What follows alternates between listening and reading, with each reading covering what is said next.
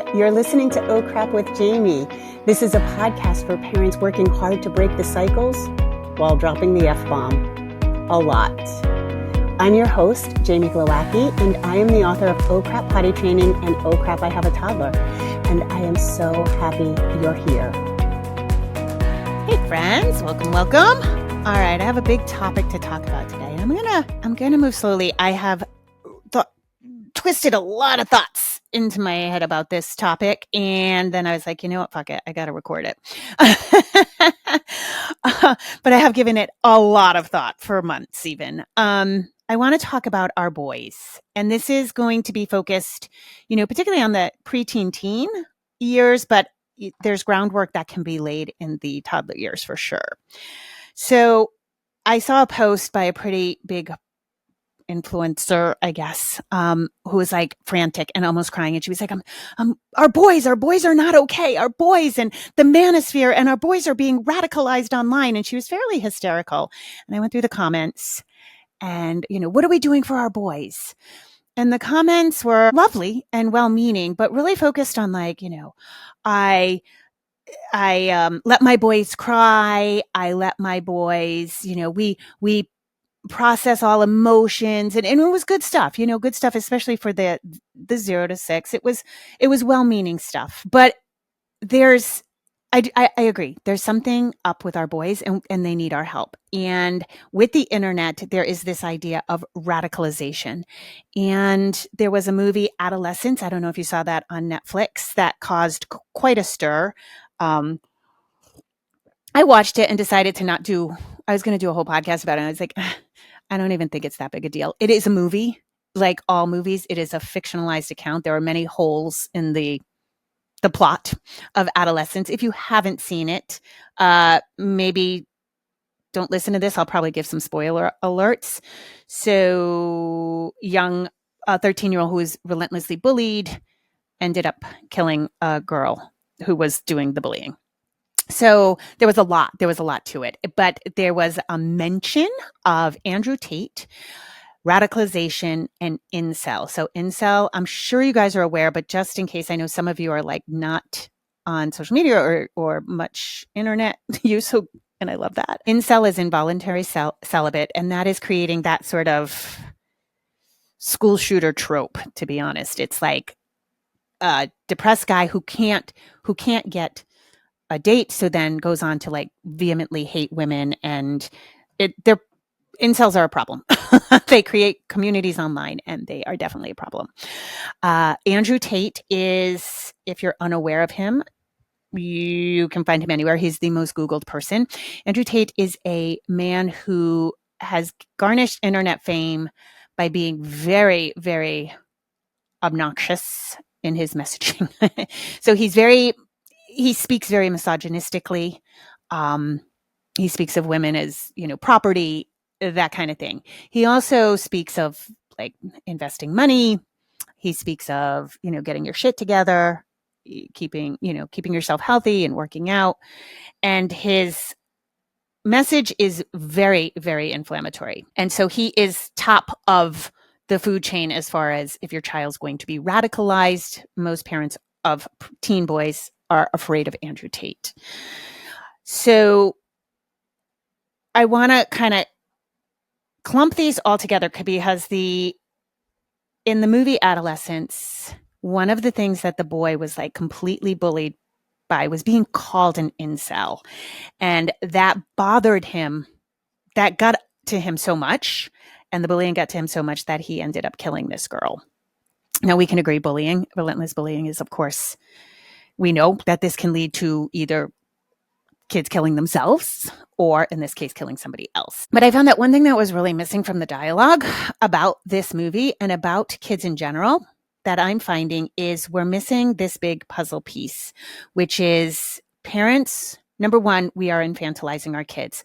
When your kid's 13, you have to switch gears. You can't parent the way you used to parent. You have to slip into that guidance mode.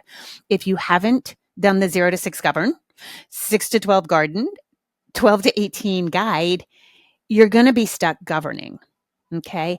I also think that because of safety and online, and I am all for getting rid of cell phones for kids, getting them out of schools. I am all for waiting for social media because a lot of this stuff just breeds like, I don't know, mosquitoes in sitting water. It's just crazy. Like, how much kids can get influenced, obviously, by social media. So one of the things that we're infantilizing kids is I want to remind you that the process of puberty means that your sex hormones are coming online. Your child's sex hormones are coming online. And I feel like this is something that is so forgotten about in puberty. We get ready for the hormonal changes, and we get ready for the attitude, and we get ready for what we perceive to be teen behavior. That's because their sex hormones are coming online. So if you think your kid is not interested in sex, this is where I'm going to give you tough love. Get your shit together and get a reality check. Okay. This is the age. We've been talking about this a little bit in some podcasts. Your child has a whole life. Believe it or not, your 3-year-old has a whole life that you don't know about. We think, of course, they're transparent. Of course, they usually tell us what's on their mind, but they are developing an entirely different inner life that has nothing to do with you. They are developing their inner voice. Yes, you have a lot to do with that, but there are going to be things your child doesn't tell you. We cannot be in somebody's brain and know all the things. Think about what your brain does and think about what you show to the world. Now, obviously, we're adults. We've crafted that a little bit, right? We know we can't just say everything. But when we start hitting the preteen and teen years, there's going to be so many things your kid doesn't share with you. And it's very easy to think, I know my kid. I hear this all the time. And I'm telling you right now, the biggest fucking parenting mistake you can make is to say, not my kid. Because chances are, if you're saying that, it is your kid. They hide things from us, not just purposely. They hide things from us because they don't know. They don't know that they're supposed to say something. You know, your daughter might get pinched in the ass on the bus, and that might not be something she shares with you because she felt a brief wave of shame. She didn't know what to do. Maybe she froze. Maybe she told the person to fuck off and it wasn't even a blip on her screen. Yeah. So there are things that happen in a kid's brain, in a kid's body that they don't share with you. But if your child has hit puberty, and you can tell because little girls start getting breasts. We start seeing hair on the arm, on the legs, on the underarms, you may have to ask your child because they're private. I literally asked Pascal one day, I was like, hey, do you have hair on your balls yet? He was like, Mom. And I said, I don't care. I just need to know because I need to know where we are. And I don't see your private area anymore. And he was like, yes, I do. Okay, very good. Now I know where we are. For a lot of times parents know because the attitude starts changing. So I say this because this is missing from this piece when we talk about this movie, Adolescence, because this kid, well, he was 13. Of course he was involuntary celibate. He's 13. Like who? I mean, we could talk about 13-year-old having sex because they do, but to him, this was the worst thing you could be called. And so when we have blinders on to what's happening when these sex hormones come online and think, not my kid, and we don't have the hard conversations and use some of this as touch points for the hard conversations, then things like this can happen because this 13-year-old boy needed to know that he wasn't involuntarily celibate. He was celibate because he's 13 fucking years old and everybody is or should be. You know what I mean? And so that's one component. There is another component here because oftentimes I hear people in conjunction with our boys talk about the manosphere and toxic masculinity. You guys, we have to stop using the words toxic masculinity. I know what is meant by toxic masculinity, and I would argue that there's toxic femininity, and we never really hear that phrase though. Okay. That's not affecting our girls. That's not out in the general zeitgeist hitting our boys constantly.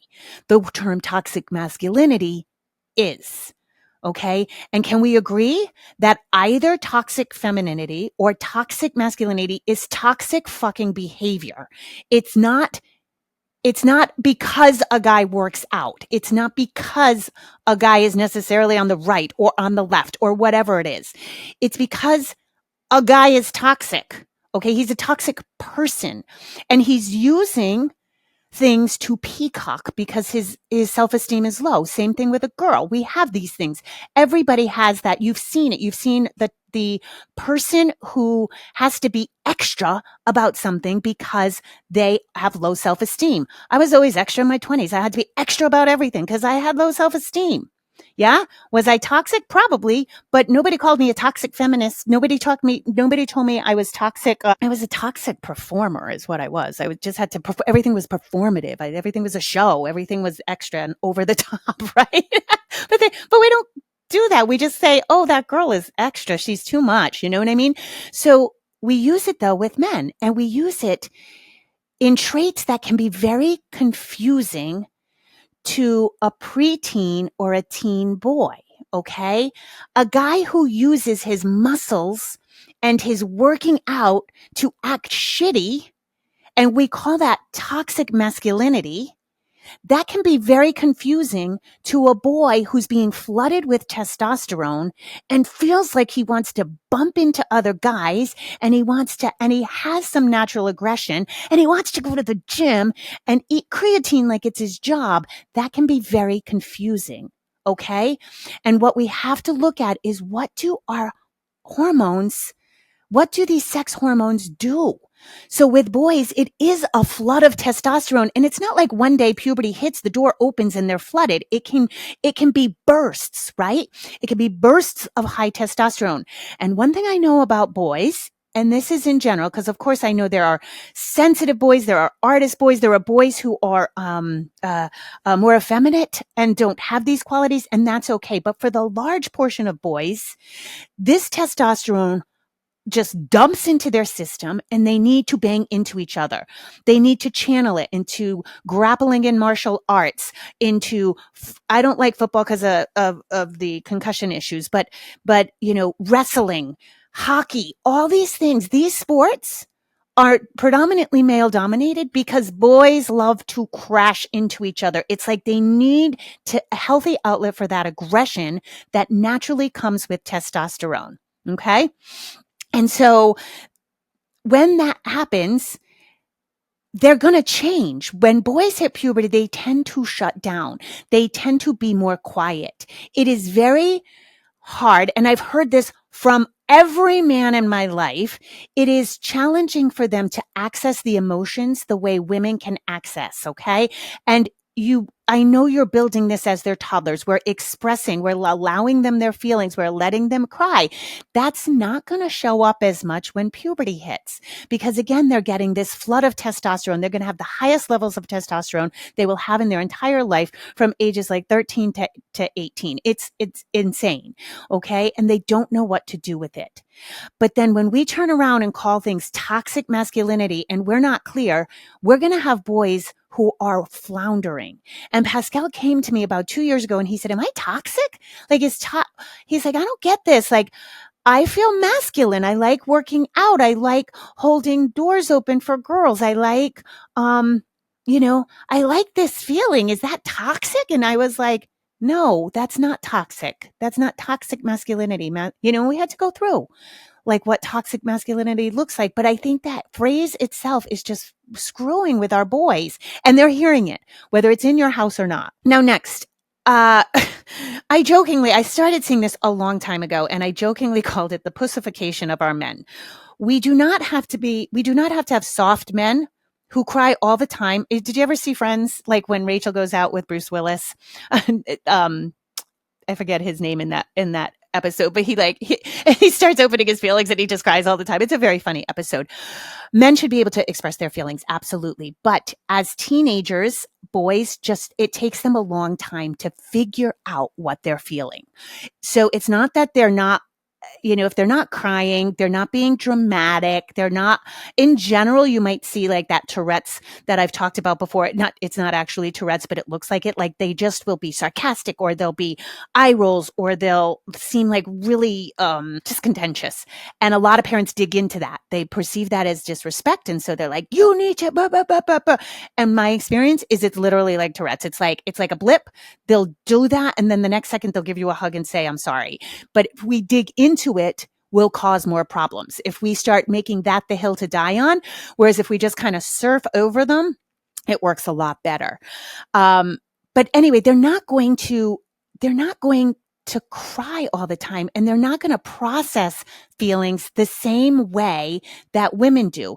And I think what has happened is the traits of toxic masculinity particularly perpetrate against women, right? Those are the things that affect women the worst. So now women are being the loudest about it because it has hurt us, right? Like my father definitely would have fallen into the toxic masculinity. Turns out, I think the guy feels like a loser, which it's questionable. So, and so that was his peacocking, right? And that puffing up and I'm so this and that, and putting people down. Anyone who's got to put somebody else down has no self-esteem. So those traits were perpetrated against my mother, against us. So you could see how women come out now screaming about these things. However, that voice has gotten very loud. Now we have a very female centric, men need to be this, men need to be this, and couple this with now this crazy amount of mental load that falls on the moms, right? And so we're stuck in this like schism here, this canyon between generations, right? And I mentioned this before in one of the episodes about the village. These men were raised by boomers, so they inherently have their 0 to 7 training was this guy is the provider, women, are in the kitchen, that kind of archaic thinking. And so now we have the mental load. Now women are really realizing, wait a minute, I have a fucking full-time job. I'm doing all this shit for the kids, and all you're doing is your full-time job. Like the household tasks aren't being split, right? And so that is a mess right now, because literally, I think if you're listening to this, you're aware of it. But I work with people every day who are still stuck in this paradigm of the man thinking I bring home the paycheck and that's enough, right? So we're accounting for all experiences. Just because you may not be experiencing this doesn't mean it's not happening. So we're hearing a female heavy narrative right now because women are fucking fed up, and I don't blame any of us. But it's hurting our boys because we're talking like shit about men. Okay. And so our boys aren't getting a healthy masculine. And this brings in now the manosphere. Okay. And radicalization. So when we expect our boys to show up as women, when we expect them to process like women, which they won't, their limbic systems are at 50% from women's. And that's not a slight on men. It's not a better or worse. How they take in information is different. They take in information in a linear fashion. Their brains are bigger by a third, right? So their synapses take a little longer to connect. Like I'm talking seconds, but it's still, we know that men think in a more linear fashion. When they have something wrong, a lot of times men panic. They panic if their what they value is on the line. Women are quicker to say something's wrong. Let me figure out this situation. I think women are more malleable in how they think and how they process. I think most women, if you've taken care of your inner work, are able to shift and say, oh, I didn't see myself as that, but now I can hear, like we generally, I think, are more understanding. We can hear other dissenting things for the most part. This probably isn't true of a woman if it's your mother. But I think men immediately get a little defensive because they have a vision of themselves. Maybe it's provider, protector, and something gets triggered. And most men I know, their shackles or hackles, whatever the word is, go straight up the minute they feel like, that something's wrong. And it's not you. It comes out in defensiveness. Like, I don't, I think you're being, ridiculous. They'll say things to shut you down, but what they're experiencing inner is chaos. And so that's their defense mechanism. And I don't think it's right. I'm just explaining it. When we expect men to process like women, we're doing a huge disservice, because then we're eclipsing how they process, but then also that's how it needs to be modeled to our young boys.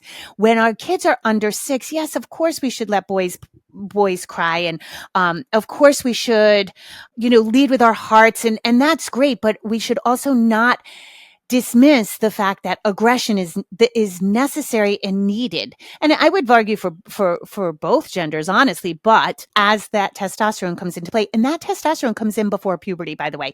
So I learned this when my son was in gymnastics. They do all the hardcore stretching before the kid reaches 8, because at 8, that testosterone starts coming in and makes them tighter. So all by way of saying it, we can't expect our young boys, our preteens and our teens to process like women. And women, we don't process, we puree. And boys will not. They want to get quickly to the feeling, but they also tend to want to solve the feeling. They want to solve the problem. So the feeling comes, they may recognize the feeling. It may be broad spectrum. They may not have the fine tuning yet. It takes them a long time to figure that out. It takes them a long time to figure out where it came from. And then they want to solve it. Okay. They don't typically want to hash it. They will not puree it. They will minimally process it. So if we're looking at a food processor, I'd say they want to chop it, like the rough chopping. And we as women, we want to talk about it. We want to express it. And that is just general styles, right? We tend to be external processors. We want to talk it through. We want to talk it through till we're done talking it through. We want to look at all the scenarios, and men typically will stay silent till they have figured things out. And it doesn't mean that their brains aren't working. It doesn't mean that they're not feeling. It's just a different way of processing. Okay. And what I find is that we keep expecting our men to show up this way, and then they're shutting down. And when they shut down, we feel like that's toxic masculinity, which it's not. And then there's no modeling to our boys what that might look like. Okay. So one person I really love, if you want a perfect example, is Dr. John Deloney. If you don't listen to him, you should. He is amazing. If you have any sort of social media, even if it's YouTube or something like that, I would check him out. I love watching him take Q&As. He is no nonsense. He embodies all the really healthy masculine, and he's very like new school. He doesn't put up with bullshit. He tells it like it is, and he's very sensitive. And so if you need an example of what I'm talking about, I think he is amazing. We have other guys that are really exploring this stuff. We have some big guys, Tim Ferriss, Chris Williamson, Diary of a CEO, Stephen Bartlett, I think his name is. Anyway, these guys are great podcasters, and they're figuring this out in real time. They're figuring out, like, I want to, have this idea, this masculine need to be protector and provider, but what all that entails in modern age is a different scenario. And we talk about that with the mental load, right? Okay, now let's talk about radicalization, because when we look at this hysterical influencer who is like, something's happening to our boys, they're being radicalized online, we have to ask the questions. Why is my young man looking online? You can't be radicalized if you are getting everything you need, okay? The idea that is out there is that these boys have everything going on. They have healthy relationships with their parents. They talk and you have hard conversations with kids. Everything's great. And now all of a sudden they hit a video of Andrew Tate and they're being radicalized. And that's not fucking true. Boys get radicalized. People get radicalized when they think they're not being listened to, when they think they're not being heard, when they feel unheard and unseen, they look elsewhere. And that is where they can be radicalized, because someone else is hitting all the right points for them. Okay. And in any radicalization, there is going to be something that is attractive that is good about their message. Okay. And that thing, your child might be attracted to that good and then get all the other propaganda bullshit that's with it. Okay. And this can happen in, let's say, radicalization in a terrorist organization. Okay. What's the thing that locks a kid in? Honor, duty, courage. These are things that come with testosterone. So if we are not talking about this shit in a healthy manner, your teen is going to go looking for it and they may not find the best source. Okay. So let's take Andrew Tate. Again, if you don't know him, I honestly do a quick Google and you'll get all you need to know in 30 seconds or less. I'm telling you. Pascal came to me a couple of years ago and he said, have you heard of Andrew Tate? And I, at the time he just came to me. It wasn't like a big deal. I was like, no, I never heard of him. He's like, oh, I like really like him. And I was like, oh, that's cool. And I knew, all of a sudden Pascal was like working out. He's like, oh, I'm doing this like 600 push-up challenge. Like you have to do 600 push-ups in a day. He got up and he was like, oh, Mom, I heard like you have to make your bed every day. Like that sets you up for like, keeping on task. And he like, he had a little like almost military bent to him and I liked it. He was like, oh, Mom, let me bring in the groceries. And I was like, okay, where's this shit coming from? And he was like, oh, Andrew Tate. And I was like, oh, cool.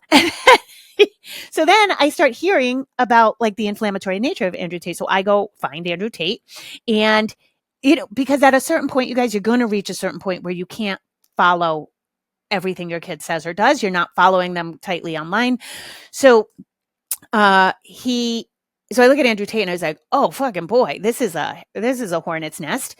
So I said, but Andrew Tate's like really inflammatory and how he speaks of women is called misogyny. We go through that whole bit. And he said, yeah, he said, so we sit down and I watch Andrew Tate with him. We watch the videos and we stop and I say, okay, do you understand what's wrong with that statement? Tell me what's wrong with that statement. Because there were things that Andrew Tate was saying that I can see why he gravitated towards him. And I was like, okay, do you know how to filter? Because one thing that's missing in our society, and we're not teaching our kids, is how to filter information.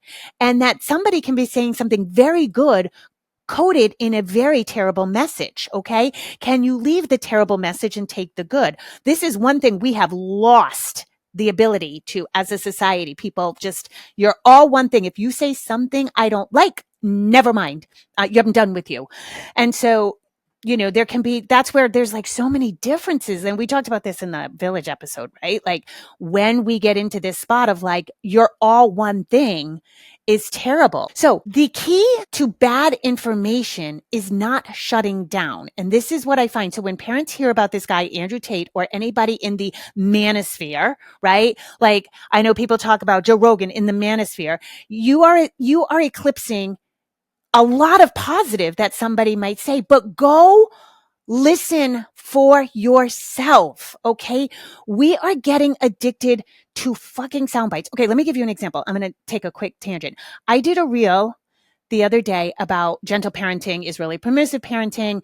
And I opened it with like, let's just do away with the term. I went through the 3 styles, authoritarian, authoritative, permissive, and a woman who I worked with her a long time ago, commented on my page. Okay. Comments on my page and says, yeah, but gentle parenting, the problem is gentle parenting is misconstrued as permissive parenting. So I put a laughing emoji and I said, did you look at the video? The video is 2.5 minutes long. And she said, 2.5 minutes. That's not a whole lot of fucking time. She responds, no, I didn't. But I agree with you in the first part of it. But what you don't understand is gentle parenting is misconstrued as permissive parenting. And I was like, what you don't understand is I literally say those words in the second half of the video. This woman took the time. She had more than 2.5 minutes and she commented the same thing throughout the thread to come on and comment on a post, which is great. I want that's great. Be part of the conversation. Arguing with me that she agrees with the first part of my video and disagrees with the second part, which she didn't listen to, which agreed with what she was saying. This was the most insane, asinine interaction I've ever seen. And I'm dying laughing because I was like, you are literally telling me that you did not watch the video and you're trying to correct me and tell me I don't understand something when I literally say this in the video. I use this example because this is what everybody's doing. People are taking sound bites, listening to those sound bites and taking it as law and making it their opinion. Okay. If you have an emotional reaction to anything, you must go seek the full video. Don't look at clips. Okay. Don't make opinions on clips. Look at some full form video or podcast or something like that, because people are complicated. People aren't all one thing. Okay. And there are even this cat, Andrew Tate, fucking hate him. He's ridiculous. And you can see it's a show. He's clearly a character to get clicks. And it is a bad message in a large amount of his messaging. There is good in his messaging. I.e., my son shows up and starts getting groceries for me, starts taking part in things that I wasn't asking him to do voluntarily, making his bed because he thinks it's a better way to start your day, working out a little harder because we all have a little more gas in our tank. These things are wonderful. Yes. And so we had to go over, I had to point him. We sit now and watch Dr. John Deloney because I had to point to him that these inherent masculine traits aren't bad in and of themselves. But if you listen to him enough, that misogyny is going to seep in. So we don't use this guy as our anchor. Okay. We take what the good of what he's saying, the things that I think are okay messaging, we pull those out. That's healthy masculine. This other shit that he's saying about women is not healthy masculine. Can you see that? And that's the bigger dialogue. Okay. We do not counteract bad information by shutting a kid down, by shoving our viewpoints in their face. We listen. We listen. And in this case, there's tons of content out there. We go through the content. We may look at their search history to see what they're looking up and then use that as a basis for dialogue, not for shutting down the internet on them. There is going to be a point when your child is out of your care and out of your influence. And that starts while they're in your house, and you can be as authoritarian as you want. Shut the Wi-Fi down, not give them a phone. They're going to find this shit later, and you won't have as much time to have the conversations. You won't have as much control to have the conversations. So I think this is vital to give this, to honor what your son is going through. If you think that your son is gravitating towards these men, ask why. And the number one person you have to look at is you and your husband and your family. Why is your child seeking this information? Because something is there. That's what we're not looking at. That touch point, why they're looking. Okay. And why this gravitates to them. If they're scrolling and it comes on their screen, what about it is the shiny object for them? Now, I have a friend, and she's like a outer concentric circle. I wouldn't even call her a friend, more like an acquaintance. And she is very staunchly, very hardcore in one political camp.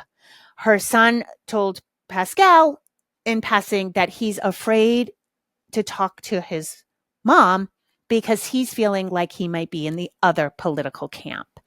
And he doesn't want to tell her, doesn't know how to tell her, doesn't know how to start the conversation because he knows that she will be angry. He probably will get grounded and he will just get nothing but TED Talks and lectures. And I feel so bad for this kid. Can you imagine that you have set things up so that your child can't come to you about politics, about things they feel, about things they're finding online, because you have created a culture in which you feel so staunchly about something that you will shut your child down. And I understand our views are very important to us. But if all we're doing is lecturing and not having a conversation, then what is happening? Then your child will feel like they can't come to you. Okay? If you literally will take away the internet, if you will literally shut things down and, like, for all intents and purposes, cancel your own kid, right? And ask them to only blindly follow your views or to only express your views and not express any other looking at something from a different way, you're in trouble, okay? Because that's going to radicalize your kid. That's what radicalizes a kid. Lumping anybody into a box is going to radicalize a kid. You may not have seen this, but I have seen this everywhere. That working out now is far right. Working out, keeping yourself healthy is far right. We have taken health and politicized it. And I mean, I think there's politics to health, but not in that way. Okay.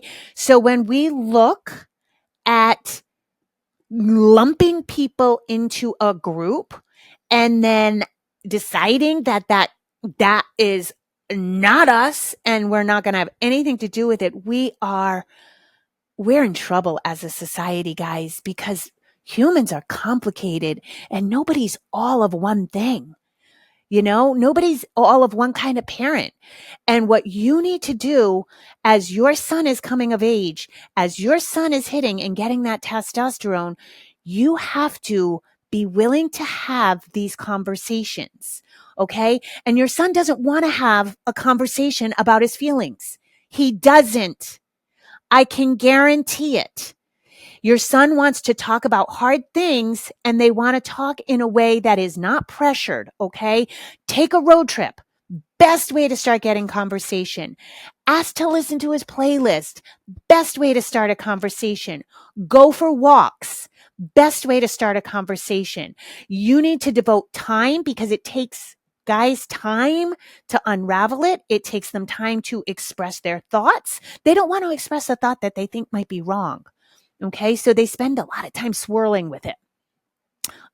Cooking dinner is an awesome way to have conversation, to get the truth. I just heard Seth Godin say this.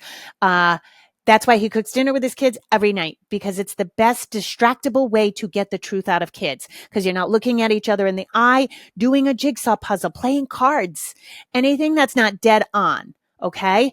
Watch videos with them. If I didn't go through Pascal's search history. He was always very honest. We just talked about things. And so if you are, use that as a touch point, not as a point to get mad, right? And let's just do away with the term toxic masculinity. It's just shitty people.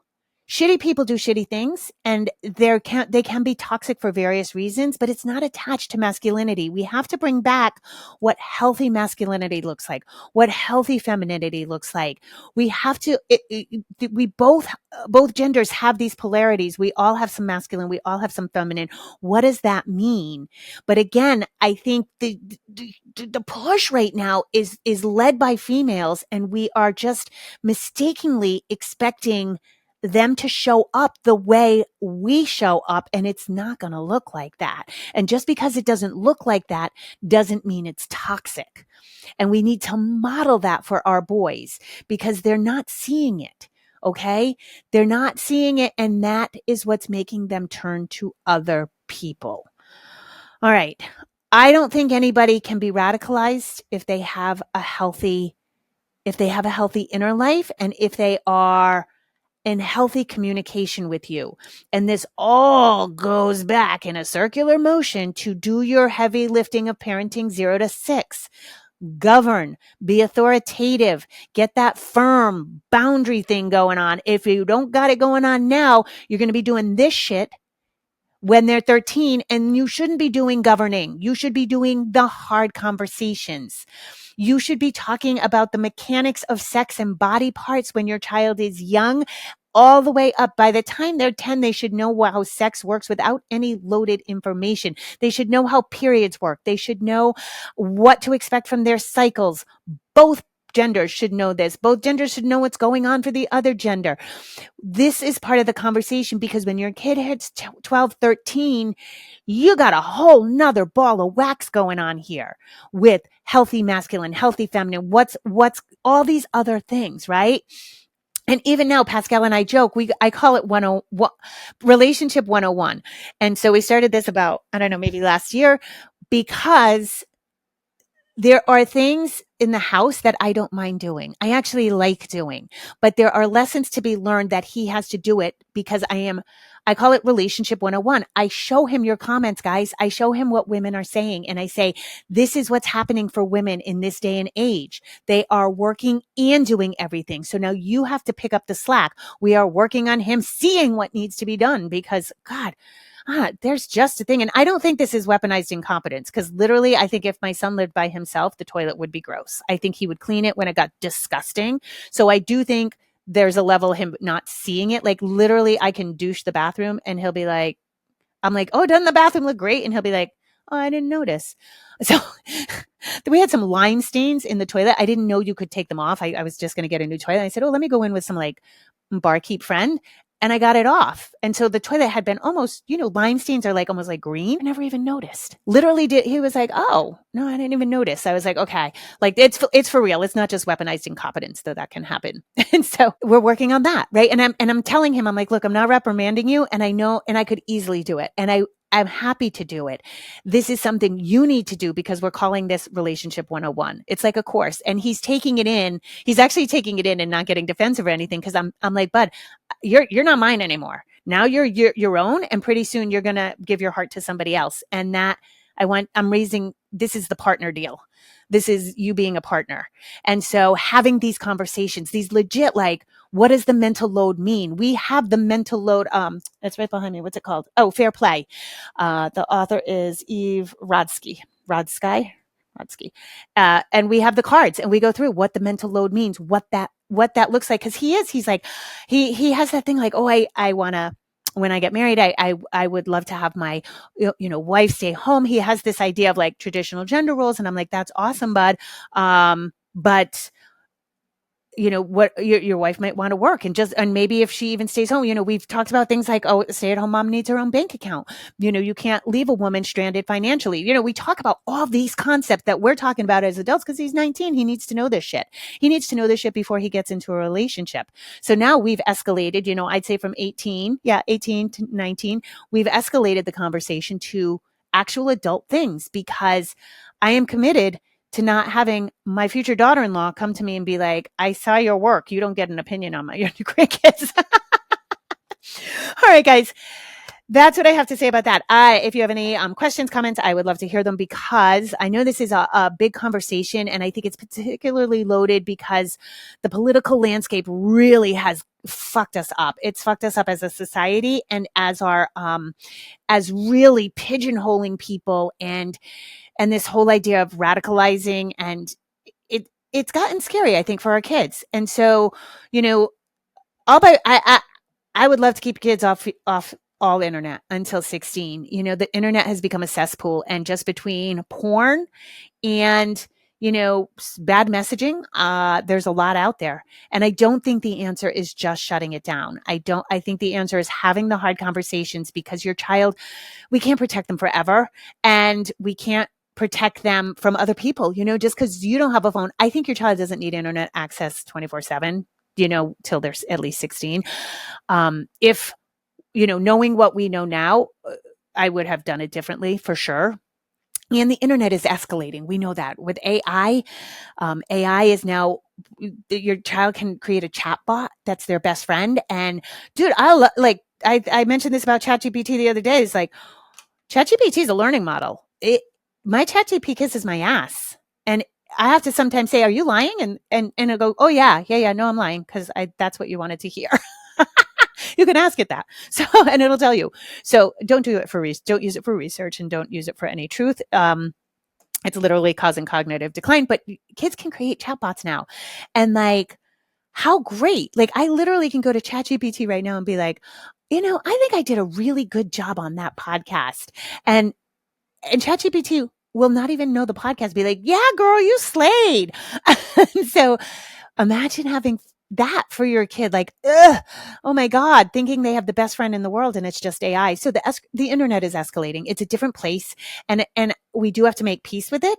But I still think these conversations, even if you don't have it in your home, these conversations are worth having because your kid is going to have friends who have access. They're going to hear about these things. Okay. So yeah, don't think not my kid. about any of the things we talked about today, and don't think that you don't have to have these conversations, because you do. And I think this is exciting. I think what happens in teen years is we almost don't know what to do anymore. They kind of become other people. We don't know what to bring up. They're super sensitive. And I like these things because kids actually like them. They want to dig in. They have hard questions and they don't want to come to you with them. They have big things they want to talk about. And this is a way to do it. This is a way to open the door to get truth out of them without pinning them down, without, I think, like I said, we're at a loss. How do we even start these conversations? We're cringy. We're awkward as fuck when we start these conversations. So I want to have a talk with you. Like, but when I come to him and say, oh, I looked up Andrew Tate. Hey, can we watch a video together? He was like, yeah, you want to watch this with me? And I was like, yeah, I do.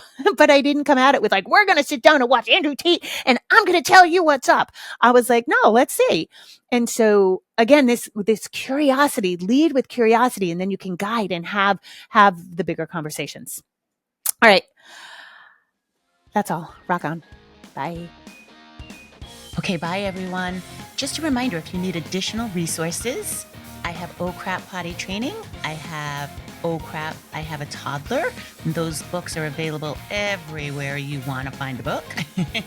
You can also go to my website, jamieglowacki.com, where you can book private sessions with me, buy any of my courses. Those are really geared towards potty training help. And also I'm on Instagram. I'm not on Facebook anymore, and I'm not on Twitter. I'm on Instagram, jamie.glowacki, and I do a lot of lives and usually posting a lot of good information. So those are extra resources for you. And as always, rock on. Have an awesome day.